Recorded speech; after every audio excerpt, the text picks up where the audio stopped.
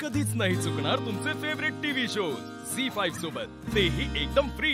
हे जे काय झाले ना, लय बेकार झाले। आतून सगळं असं फाटल्यागत वाटतंय। 100 वेळा स्वतःला एकच प्रश्न विचारतोय, आपणच का? आपली काय चूक आहे? त्यापेक्षा बेकार काय माहिती? काय? तू हे जे घेऊन बसली होतीस ना, बाळ आहे बाळ आहे, मला त्याचा लय त्रास व्हायचा। म्हणजे सुख दुःखात कोणतरी बरोबर असलं ना, काय वाटत नाही का, चालून जातं। बघ की, अंधाऱ्या रात्री एकट्याने चालणं वेगळं, पण सोबत असल्यावर चालणं वेगळं ना। शेवटी फरक पडतोच। बरोबर आहे। अंधारात आपल्या आजूबाजूला कोणी दिसलं नाही तरी आपल्या सोबत कोणतरी आहे एवढ्यानं जीव हलका होतो रे। तेच, आणि ही आपल्या आयुष्यातली ना अंधारी रात्र आहे आपली। तू ते बाळाचं घेऊन बसली होतीस, मी लय घाबरलो होतो।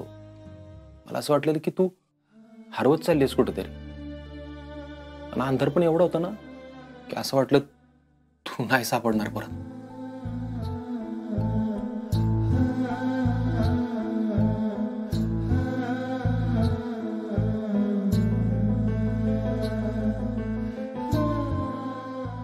मी आहे की इथंच,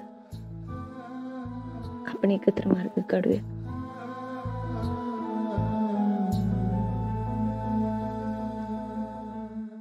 आपल्या एवढ्याने पण लय धीर येतो।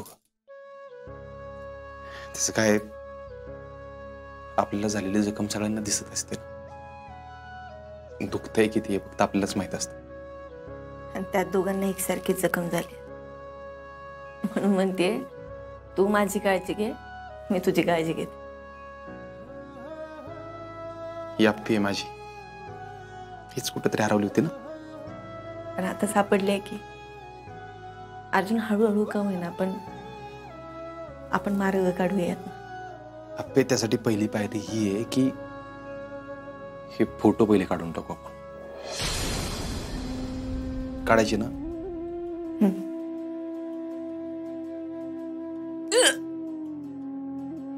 काय ग? उचकी लागली रे? बाकी नाही ना काय? नाही नाही। अर्जुन, तुला आठवतंय का मी बाळाशी बोलायचे तेव्हा पण अशाच उचक्या लागायच्या? आता आठवलं मला तेच। ऐक की, आज रात्री राहू देऊया ना फोटो, उद्या काढू। ठीक आहे, पण उद्या नक्की काढू। हा, उद्या काढू। त्याचं काय आहे, एकदा अंधाराची सवय झाली ना की उजेड नको नको वाटायला लागतो। तसं नको आहे। नाही होणार अर्जुन, नाही होणार असं। आपण नाही अडकणार या सगळ्यात। झोप तू, मी आलो पाणी घेऊन।